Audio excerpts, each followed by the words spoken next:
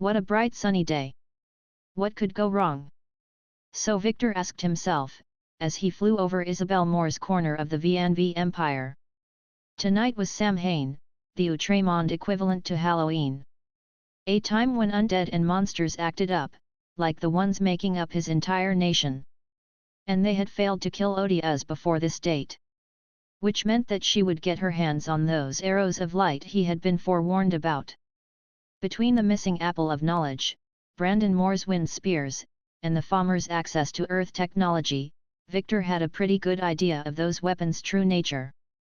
The future looks dire, but not all is lost, the Vizier told himself. They had magic, allies, levels, and resources aplenty. They defeated Moore, the Nightblades, Votan, Akinapep, and even recruited a goddamn Tarisk. They would soon face their most dangerous enemy yet, but there was hope. With Harvest, he could focus on extracting every information Magmel had accumulated on Pryden, and prepare for the coming war. Still, Victor would need a pocket dimension sanctuary as soon as he could manufacture it. He finally reached the settlement that the Archdevil had established, a fortified town in the middle of the desert. Unlike the semi-anarchic Murmurin, the governor ruled her patch of Moreland with an iron fist. Almost all of the settlers were bug-like fiends, and Victor noticed an armored Hell Knight at every street corner. Workers built new houses and fortifications everywhere, while sorcerers were busy growing plants on the dry soil. He quickly located Isabel managing a group of fiends establishing the foundations of a new watchtower. The Archdevil oversaw the construction with a pleased gaze. "Isa!" Victor called her as he landed. "How is my favorite private teacher?" "Darling, you are back," she said, smiling at his arrival. In fact, she looked much happier than he had ever seen her before.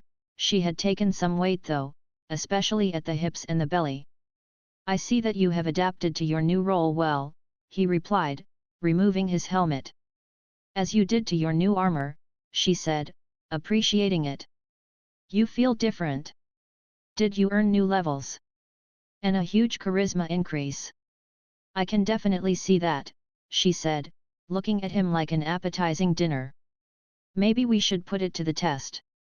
"Actually, I can cast tier 8 spells now," Victor said, taking her in his arms. "I thought I could fashion my own private dimension." I have scrolls for spells that you could learn," she replied, pushing him a bit.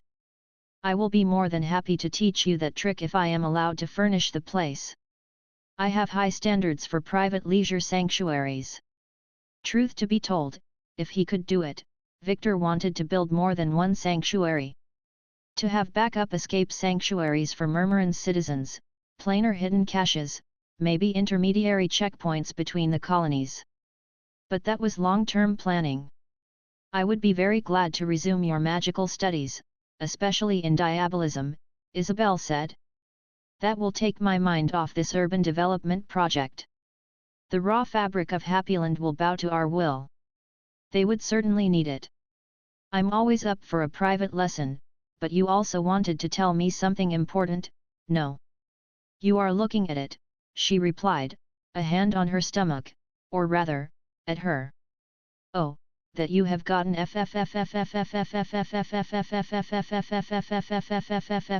Victor's brain stopped working, as the truth hit him like a truck on a highway. His mind rewinded several memories in quick succession, linking them all together into a simple, terrifying picture. "I have something to tell you on your return." She couldn't make it in time. "A medical examination, intelligence check successful." "Bleep. It is a girl," the Archdevil rejoiced. "I hoped for a Brainano 2 at first, to replace the old one, but this is even better. Brainano will grow into a marvelous CEO warlord, cruel and beautiful. My, I even asked Fiendo Bugchi to design all of her wardrobe until she reaches 18. Victor wanted someone to pinch his arm and wake him up. But nobody did. "This is serious. This is not a joke. I am serious. I know I spoiled Brandon rotten, but none of my children will dress like a blue-collar worker." "No, I meant, how can this be happening?" Victor freaked out.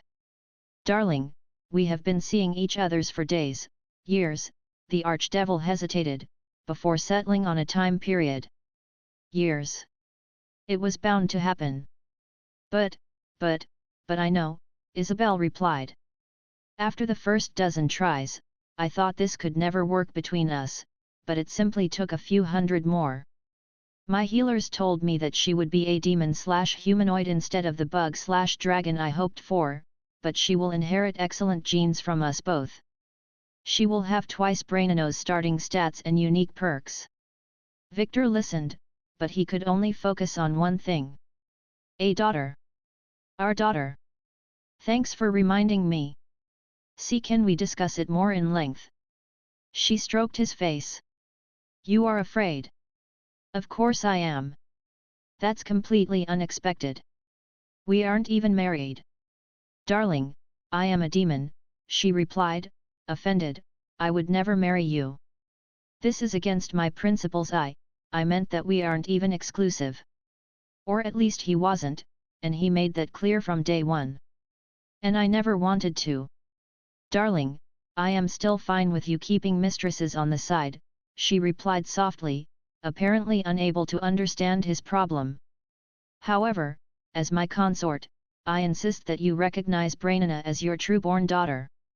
This is very important, since as the hero of Happyland, this may make her eventual ascension to corporate overlord much easier. Maybe she will become Udermon's very first demon queen. Wouldn't that be wonderful? Frankly, Victor didn't know what to answer. He didn't know how to deal with this situation at all. I know this is a very big change in our lives, the archdevil conceded. But, as a Grand Vizier, you need an heir. Maybe even a few spares. We could create a dynasty that will one day rule all of Outremont. Wow, she was skipping a lot of steps there. I need a moment to process this, the Vizier admitted, his breathing short. It is fine, darling, but do not process too long. If she is anything like her half-brother, she will start clawing her way out in a couple of months once I use elixirs to hasten the process. I cannot afford to take a parental leave in these troubled economic times, you understand. A couple of months? That wasn't nearly enough time. A couple of years wouldn't be enough. I will come back later, Victor said, having too much on his plate right now to react with a cool head. Take your time, darling, she replied happily, before immediately barking orders to her workers. More to the left, the new watchtower. Victor walked away towards the desert, before using his newly earned Magellan perk to teleport back to his mansion for some alone time. He needed to breathe, to return to his place, see his lawyers, do something, anything. Except he found Allison and Chocolatine waiting at the door. While the Dryad seemed only concerned, the werewolf looked outright devastated. Had something happened to her brother on the moon? Unfortunately, he could do without more shenanigans right now. Ah, good morning girls. Victor saluted them, doing his best to look cheery and not anxious. If this is about the cat, I heard very shocking news and I'm not in the mood. Can this wait? No, Victor, it cannot, Allison replied, while Chocolatine anxiously bit her lower lip. This is urgent. Very urgent. Victor was almost ready to brush them off, until a second look at the werewolf's distraught face. His empathy kicked in. What happened? He asked, worried. It is about Chalk, the Dryad explained, putting a hand on her female friend's shoulder in support. She learned something very important from her god during her morning prayers, and Cybele confirmed it to me. I believe that you should hear it as soon as possible.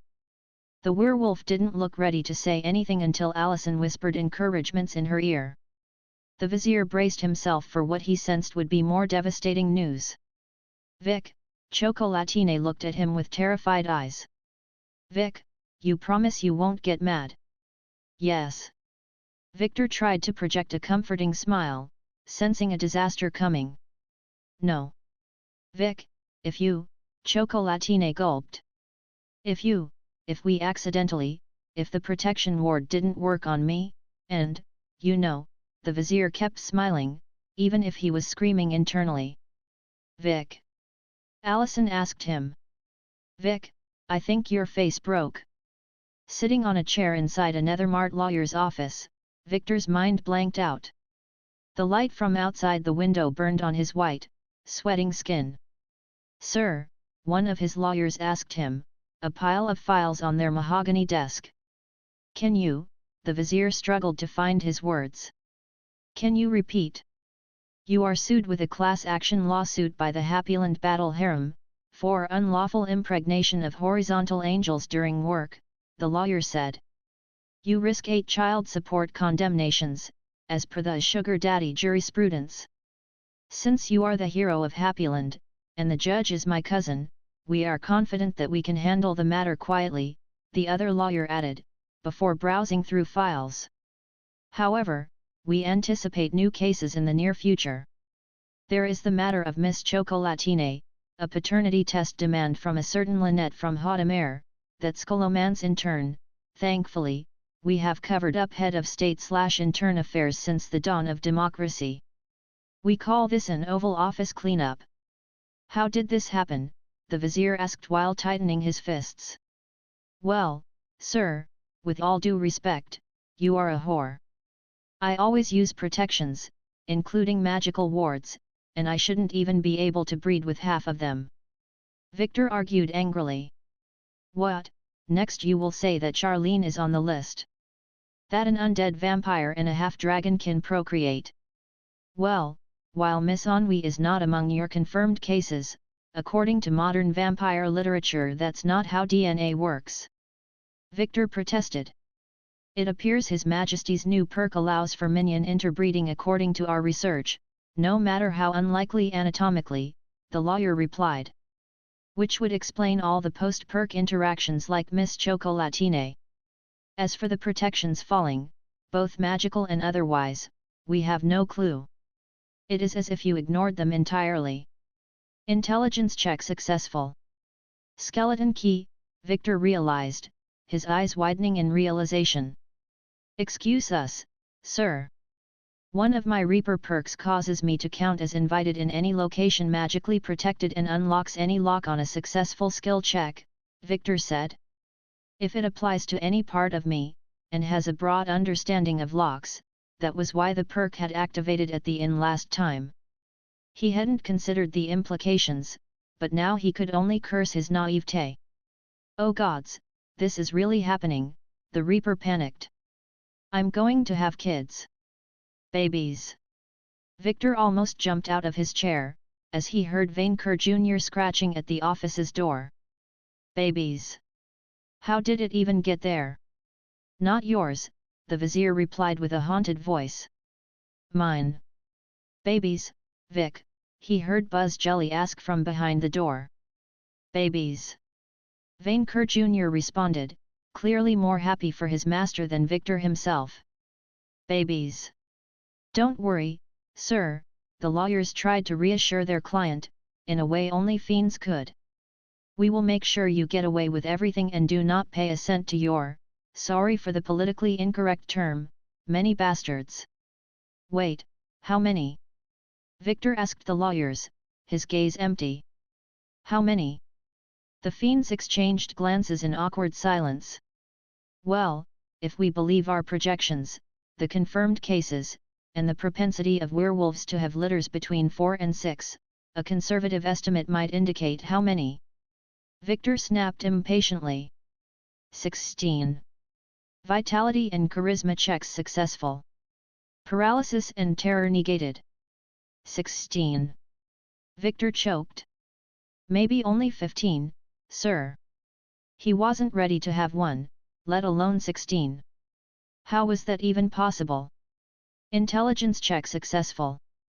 Congratulations for your 32 new eyes, Victor muttered, remembering the Moon Man's words during his bad trip. He glanced through the window, at the moon half hidden by clouds in the skies. That godly bastard! Sir! He knew. That squid knew and foreshadowed it. The fiends looked at him as if he had gone mad, before awkwardly straightening their ties. This is karma, isn't it? Victor asked. This is karma punishing me for my lustful lifestyle. Sir, I understand that the situation may feel hopeless, but we are your lawyers. You pay us to protect you from karma, and this is nothing we haven't faced before. We have solutions. Like what? Victor almost begged for an easy escape. We can make the problems go away, away. One of the two demons mimicked a beheading with his hand. Or we falsify all the paternity tests. Maybe even threaten the offenders with lawsuits, if you prefer a non-violent solution. Threaten is a strong word, his colleague replied. I suggest a slander campaign, followed by an insulting settlement offer. Yes, that is more civilized. Good call.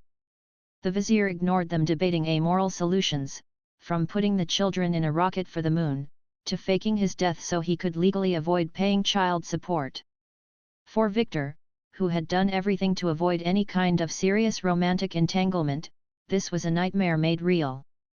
He turned to the window and looked at the sun. That bright, brilliant guiding star that Mithras had claimed as his own. He remembered Ludwig's word and realized that events had probably played out the same for his mentor. If he followed his example, opened the windows, and ran, he could escape. Even with Vainqueur, he had grown powerful enough that he could easily vanish after dealing with the farmers. It would be cowardly and irresponsible, but he would remain without responsibilities. He could become a free spirit like Ludwig, roaming the world as he wished. He could even skip Outremont outright and move to the other planes. But that meant abandoning Vainqueur, his people, his children, and all the people who had grown to depend on him. That would probably be the most selfish thing Victor could ever do. He immediately decided against it. No running away. He had built a life there, and he couldn't throw it away. What about the other solution? Isabelle would keep her daughter, he knew that for sure, and for the others. Chocolatine had said that she didn't want to settle down either, but she was just as confused as Victor himself right now. While the vizier did have a say, he wasn't the only one making that decision. He still had no idea what to do. What did he learn in scholomance? What parental wisdom did he learn from Akhenapep? Vizier Stratagem 18, the law of no sons, because they are would-be usurpers and distractions. Okay, what about daughters? Vizier Stratagem 19, the law of no daughters, because they are one check away from being turned around by a handsome paladin. Achieve immortality instead, because you are the only one right for the job. That didn't help. That didn't help at all. College didn't prepare him for parenthood. Should he ask the gods for guidance? He had been claimed by half the pantheon, someone should at least answer his prayers. Maybe Camilla? No sir. No, not them, Victor replied, more to himself than to the lawyers. There's only one friend that I need to consult. The person that knew him most.